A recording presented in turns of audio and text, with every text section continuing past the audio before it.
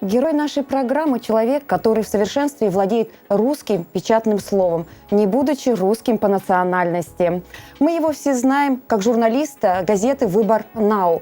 Какой в жизни Али Наибов, мы узнаем прямо сейчас, поговорив в теплой обстановке программы «У камина». Али, очень рады видеть вас на нашей первой программе.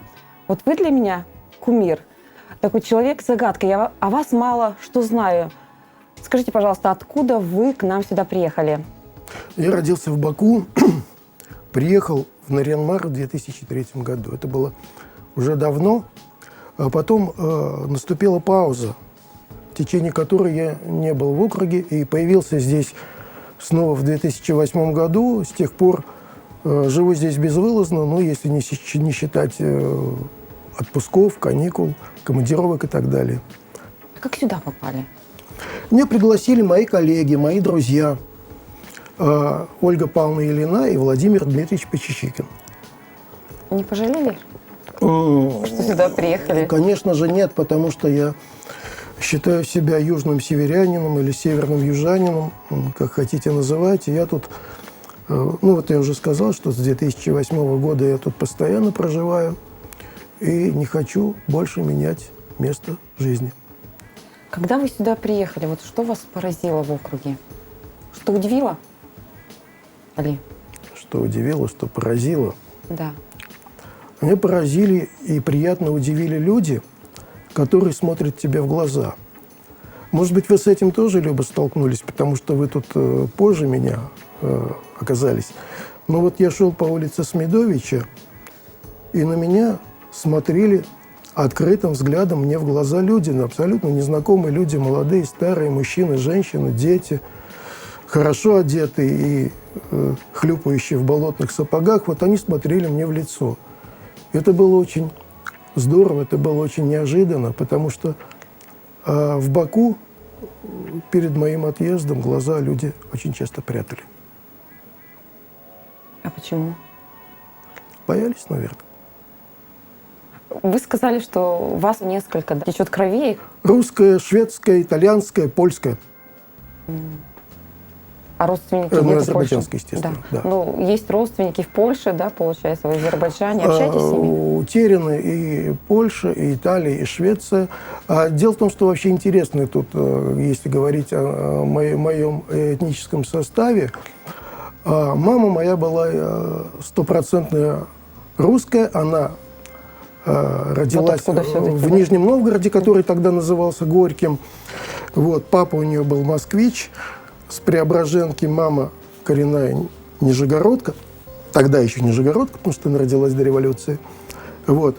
А вот в отце как раз были намешаны все эти крови, которых, может быть, еще какие-то. Угу. Вот. Ну, вот эти, которые мне известны. А когда вот вы поняли, что вот хотите стать журналистом, что это ваше? Знаете, Люба, это произошло абсолютно случайно. Я не оканчивал журфак. Не оканчивали? Нет. Я имею другой диплом. У меня в дипломе написано «Финансовая промышленность». Работал я после службы в армии в тресте «Промстроймеханизация» в Баку. Этот трест занимался выполнением земляных работ и работ по субподряду, используя там строительно-дорожную технику, экскаваторы, краны, бульдозеры и так далее. И вскоре на наш объект приехал корреспондент газеты «Строитель».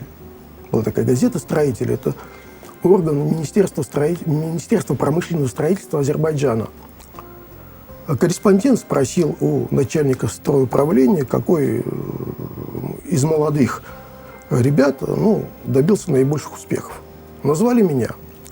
Корреспондент пришел ко мне и начал меня расспрашивать о том, как вот я добился, в чем секрет. Такие, знаете, банальные вопросы. Скажите, пожалуйста, в чем секреты вашего мастерства? Вот, не мог ничего оригинального придумать. Я ему долго и упорно рассказывал про секреты. Смотрю, парень что-то не врубается. Ну, не тянет, не понимает. Вот. И он, видимо, это тоже понял. А он мне говорит: а вы бы не могли сами написать нам газету? Я говорю: нет, у меня дел других много. А мы вам заплатим. И хорошо, потому что газета была ведомственная, она принадлежала Минстрою, там Минпромстрою, она хорошо платили.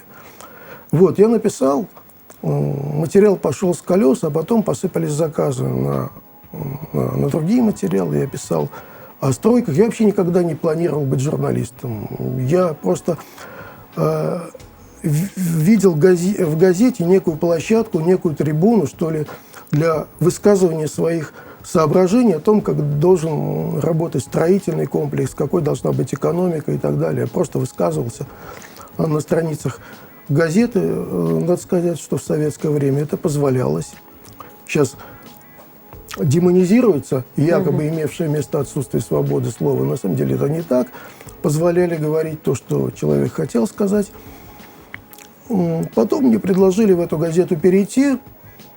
Я поработал там через несколько месяцев, перешел в газету республиканского ЦК, потом в другую газету республиканского ЦК, самую главную.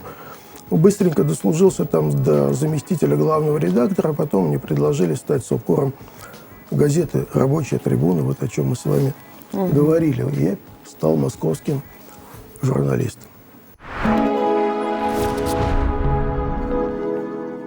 Я знаю, что вы очень любите путешествовать, Али, правда? Я люблю очень путешествовать. Я даже, знаете, у меня такая вот надежда есть издать книгу о моих путешествиях по Европе. И не только по Европе, но по Китаю. Я стараюсь видеть то, что не сразу увидишь. И знаете, кстати, тоже, вот, раз мы с вами затронули тему путешествий, я вам расскажу один эпизод, где журналистика переплелась с путешествиями, если хотите. Очень. Было это в 1989 году. 1989 год, это, чтобы вы, Люба, лучше представляли тему, это был год разрушения Берлинской стены, объединения Германии со всеми вытекающими отсюда последствиями. И я беру путевку в Германскую Демократическую Республику, которая остается буквально пара месяцев своего существования. Приезжаю в Берлин. Да, и перед тем, как туда поехать, а тогда, знаете, давали очень ограниченное количество денег на обмен. То есть советский человек мог обменять не более 500 рублей по тем деньгам, да, для того, чтобы на эти 500 рублей купить что-то за границей. Больше не разрешалось. Больше это контрабанда, это нарушение, это, в общем, криминал. А денег всегда, конечно, не хватало. И я решил добыть деньги честным путем. Я написал статью о бакинских немцах, а их было очень много. Я написал статью о кирхе, лютеранской кирхе, которая была установлена которая была давно существовала в Баку, она была испокон века построена, и совсем недавно в этой кирхе установили орган. Я написал о немцах, которые поселились при Екатерине II в городах, районах Азербайджана, развернули там пивоварение, научили местных возделывать горчичное зерно. У меня, по-моему, 3 или 4 статьи довольно так вкусно были написаны, и я их перевел на немецкий язык. Но не я сам, потому что я, к сожалению, не владею немецким языком, но я нашел человека, который перевел мне на немецкий язык все эти 3 статьи или 4 статьи. Я их преспокойненько, эти немецкие статьи, положил в кейс, приехал в Берлин и пошел в Берлине в редакцию газеты «Neues Deutschland». Это аналог, опять же, «Правды». Это главная газета Германской Демократической Республики. Надо сказать, что в редакции этой газеты все говорили по-русски. Это было непременное условие журналиста, работающего в ГДР. «Всегда мы вместе, ГДР и Советский Союз». Тогда была такая песня. Сейчас нет ни того, ни другого. Пришел я в эту редакцию и предложил свои статьи. Читает редактор отдела. Говорит, нет, мы не можем опубликовать ваши статьи. Почему, спрашиваю я. Может быть, они плохой немецкий перевод? Нет, дело не в этом, перевод хороший. Но что вы пишете о какой-то кирхе, о каких-то немцах, которые там приехали при ваших царях? Где успехи социалистического развития вашей республики? Где одухотворенность идеями Маркса, Энгельса, Ленина среди вашего населения? Ну, пошла такая белиберда. Я собрал свои бумаги и положил их обратно. Выхожу, иду по коридору, догоняет меня симпатичная немочка, работающая там. Она слышала наш разговор с редактором, берет меня за плечо, говорит: послушайте, говорит, такая вот редакция, все такие же тут, с ними каши не сваришь. Вы куда сейчас едете? Я говорю: я еду в Лейпциг, нас везут туда. Замечательно. В Лейпциге, вот запишите телефон, пойдите туда, в Лейпцигскую газету. Она совсем другая эта газета. Они перешли, они стали другими. Они отказались от вот этой заскорузлости. Они идут по пути реформ. Они возьмут обязательно ваши статьи. Я пришел, статьи взяли. Сходу выплатили мне очень большие немецкие деньги. Очень большие, очень приличные. Потом мы поехали в Айзенах, на родину Баха, где эти немецкие, восточно-немецкие деньги поменял на западные и пересек границу, оказался в Федеративной Республике Германия. Это было в то время просто, потому что вся страна рушилась, ГДР объединялась с ФРГ, там начал курсировать автобус, я просто сел в этот автобус и поехал в ФРГ. Прямо удивительные истории мне рассказали. Это интересно, правда? Да, интересно. У вас все в жизни так интересно. Вы когда-нибудь задумывались, что вот в нашей жизни вот все не случайность? Как бы вот не примитивно это казалось. Вот какие-то встречи, да, они вот не случайные. Ну, вы еще и философ, насколько я знаю. Задумывались об этом? Что не случайность встречи, есть такая гипотеза, что всякая случайность – это разновидность закономерности. Может быть. А вот вы всего добились, чего хотели в жизни? Можете сейчас сказать, вот я счастливый человек в сегодняшний день? Что-то не хватает вам в жизни? Знаете, Люб, счастливый человек, наверное, это категория из разряда абстракций, да, счастливый человек. Я бы вот не оперировал такими понятиями: счастливый человек, несчастный человек, удавшийся человек, неудавшийся. Это как посмотреть. Если в человеке есть гармония с самим собой, с окружающим миром, он может быть счастливым, даже не обладая должностью какой-то высокой, да? Даже иногда не обладая хорошим здоровьем. Давайте попробуем сфокусировать ваш вопрос, что ли, взяв его меньшим масштабом, и спросим, я спрошу самого себя, правильно ли я сделал, что стал журналистом, да, вот в таком разрезе, да, попробуем поговорить. И да, и нет. Знаете, вот у меня есть 2 дочки. Наверное, я был для них не всегда хорошим отцом. Не могу уж сказать, что совсем плохим, таким средним отцом. Но если бы существовала медаль «Отец-герой», то я бы ее повесил себе заодно, что они, эти мои дочки, не стали журналистками. Они стали обе хорошие программистки, вот, но журналистками они не стали. А где они живут? Они в Орле живут. В Орле? Да. Они крутые программеры, но журналистками не стали обе. И я, имея, в общем-то, возможность их пустить по своей стезе, потому что я в Орле работал собственным корреспондентом, это достаточно такая крутая должность, были контакты, были выходы, были связи.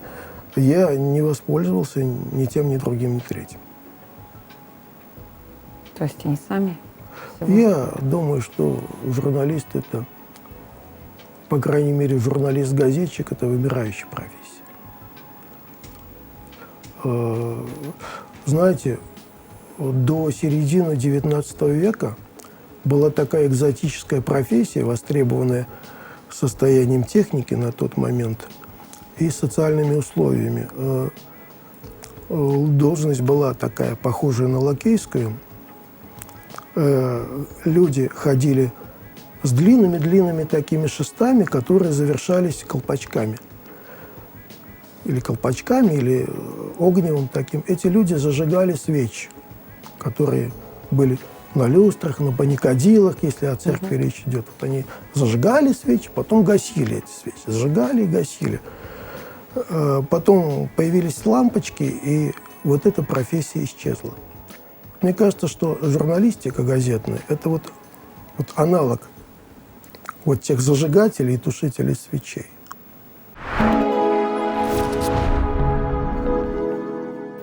А вот у вас не возникает такой мысли, что иногда все-таки журналист, он сам тоже из себя может исчерпать, да? Темы, они же не бесконечные. Может. А у нас еще в округе есть такая проблема. Мы одни и те же темы из года в год, да, у нас все повторяется, как весна, зима, лето и осень. Так где черпаете вдохновение? Я не могу себе позволить роскошь не иметь вдохновения. Понятно. Вот. Здесь речь идет не о вдохновении, а скорее о наполнении страниц. Чем эти страницы наполняются, вы увидите сами. Иногда они наполняются хорошими материалами, иногда средними, иногда никакими. По-всякому бывает. А любимые темы есть у вас? Да, фельетоны. Я люблю фельетоны, у меня это получается. У меня это получается. Мне кажется, мне неплохо еще дается жанр расследований. Тут по ним помогает, конечно, экономическая подготовка. Понимаете, журналист должен досконально знать тему. Он должен знать, о чем он пишет. Это самое главное. Понимаете, если журналист пишет на экономические темы, он должен очень хорошо разницу знать между фьючерсами и деривативами. Если журналист пишет на тему музыки, он должен отличать триоли от флажолетов. Если он пишет на тему юриспруденции, он должен знать, что виктимность и презумпция – это не одно и то же. Понимаете? Но таких мало журналистов. Надо знать об этом. Надо знать. Вот у меня был мой первый учитель, наставник, редактор газеты «Вышка», так она называлась, «Вышка». «Вышка» – это не значит «высшая мера». Это, «Вышка» – это нефтяная вышка, это бакинская газета, где было много не только диких обезьян, но и нефтяных вышек. Вот. Он говорил так, что журналист,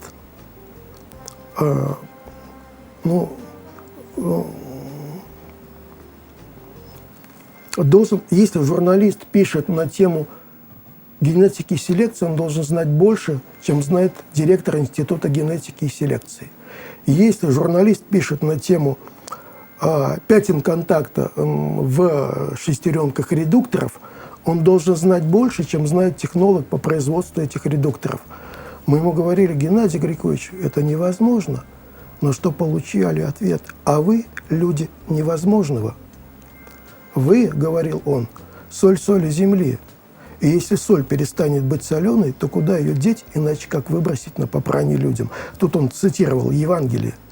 Ну, не цитировал, а передавал содержание христовых слов близко к тексту. И мы чувствовали себя, знаете, Люба, воителями, членами какого-то ордена меченосцев, несущими в общество правду. Мы чувствовали себя людьми, формирующими общество, дающими этому обществу идеи. Так было. Так было в начале, в клятое, там, руганное, переруганное время перестройки. Его есть за что ругать. Но журналист в то время чувствовал себя апостолом. Апостолом веры, апостолом правды. Редакция была храмом. Главный редактор был епископом. Журналисты были священниками, которые несли в общество правду. Так было. И понимаете, дело в том, что вообще роль журналистики, она трансформировалась, на мой взгляд, от завышенных ожиданий, от избыточных надежд, от чрезмерных прав к полной противоположности. Понимаете, мы утратили какую-то середину, когда журналистика была, во-первых, эффективной, но, во-вторых, независимой, эффективной, и в то же время она не исполняла несвойственные ей прерогативы. Вот этого, к сожалению, вот такого статуса нет. И у меня сильное подозрение, что уже и не будет. Вот. Ну, как вот, понимаете, были профессий, которые сейчас исчезают. Ну, я вам привел там Мгм. этот вот, может быть, самую такую уж, ну, были и похожие. Шорники, доскорняки, да вот их сейчас почти нет. Они где-то как-то остались, но потеряли свое значение. Что будет вместо этого? Мне трудно сказать. Я могу предположить, что каким-то образом метаморфирует, трансформируется благосфера. Понимаете, сейчас благосфера находится в зачаточном состоянии. Она вот клубится, поднимается, у нее что-то происходит, она каким-то образом пытается себя структурировать. Иногда это получается очень плохо. Мы, читая блоги, видим, ну, что угодно, вплоть до мата. Появляется какой-то птичий язык, на котором разговаривают блогеры. Но вполне возможно, что через какое-то время вот это, знаете, детская болезнь благизны, да, вот у Ленина есть детская болезнь левизны в коммунизме, да, я вот сейчас придумал такой вот неологизм, что ли, детская болезнь благизны, она пройдет, и у нас появятся авторитетные блогеры, собирающие вокруг себя аудиторию. Вот такие, в общем-то, блогеры уже существуют, но их пока мало. И вот, может быть, произойдет трансформация средств массовой информации, во всяком случае печатных, я о них сейчас говорю, вот в такую форму, в такую структуру. И в этом нет ничего удивительного, ведь дело в том, что журналистика, она трансформировалась в течение не одного столетия. Ведь когда говорят, что журналисты – это представители древнейшей профессии, имеется в виду не только скабрезный такой оттенок этого понятия. Ну, древнейшая профессия – это, как известно, продажные женщины, политики и журналисты. Не только. В Средневековье по городам как Востока, так и Запада ходили люди, которые возглашали: слушайте, слушайте, не говорите, что вы не слышали. Был такой слоган. Причем этот слоган звучал как в Кёльне, в Париже, так и в Багдаде и в Дамаске. Именно в такой формуле. Слушайте, не говорите, что вы не слышали. И эти люди, глашатые, говорили о новостях. О том, что какой-то герцог или марграф, или, допустим, султан издал такой-то закон. Они были первыми журналистами, они были толкователями. Не только глашатаями, но и толкователями той информации, которая была в их распоряжении. А далее эта информация поступала в руки журналистов-аналитиков, которые сидели в шашлычных, чайханах, особенно это было свойственно восточным базарам, и они начинали обсуждать вот эту новость, информацию. Вот так вот, понимаете, журналистика сегментировалась на информационную журналистику, на аналитическую. Но поскольку не было носителей информации в виде, там, допустим, печатного слова, не говоря уже об электронных СМИ, то распространение информации происходило таким образом. Я думаю, нас в ближайшее время ожидает очередная трансформация журналистики преимущественно в благосферу. Алис, спасибо вам большое за откровенную беседу. У нас для вас есть подарок, так как вы у нас путешественник заядлый. Я думаю, этот подарок вам точно пригодится. Компас. Такой интересный. Ой, какой красивый. Красивый изящный, очень, да. Изящный. Знаете, теперь я никогда не перепутаю. Да, и всегда возвращайтесь на север. Да, всегда Возвращайтесь. на север. И не перепутаю, где телеска, а где искатели. Да, точно. Спасибо вам еще раз. Чудесная вещь. Всего вам доброго, творческих успехов. Спасибо. Это была программа «У камина». Встретимся через месяц.